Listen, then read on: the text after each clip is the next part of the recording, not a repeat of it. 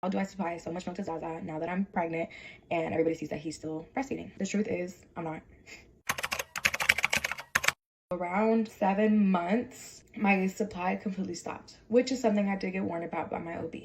Granted, it doesn't happen to everybody, but it was something that I got told that either he was going to self-wean off because my milk consistency was going to change and the taste was going to change, or my supply would just stop on its own and I wouldn't be able to produce enough.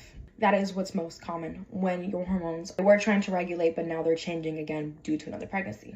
In this time, I was really going through it because I felt like the one thing that I was able to produce so much of and nourish my baby, I was failing at. I felt like a failure as a mom. I really did. And it hit me really, really hard. But I prayed and I stayed positive and I did a lot of research. I want to speak on this because I'm not the only mom that goes through this. And then on top of that, I want to share an alternative that has worked for me.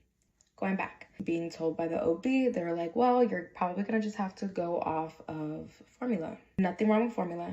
I just really didn't want to because it was just something that I was able to produce, but I tried it. I tried doing a bunch of research as far as what's the closest formula to breast milk, but in all reality, there just isn't one that's gonna be just like breast milk. And I had to come to terms with that. The ones that I tried were Similac, and then I also tried going the like organic route with Kendamil. He would not take it.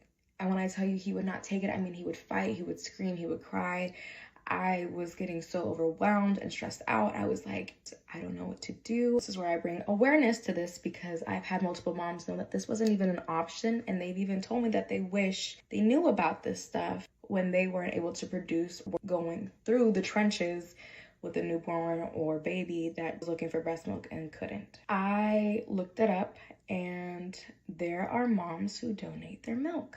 Now I know, here's the biggest question. How do you know the milk's safe? How do you know what's in the milk? I joined a mom's group on Facebook. I liked what their protocols were. Every group will have a different listing. Obviously you have to get accepted, or some are very public that you just, hey, I need breast milk, my supply is low. It's just a very vulnerable place for moms that need it.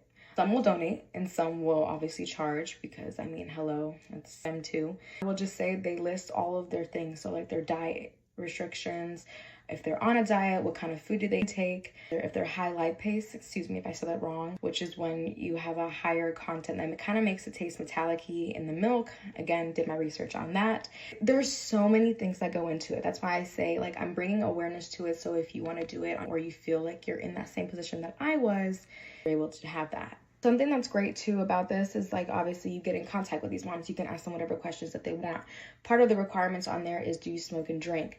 Do you take any medication? Did you have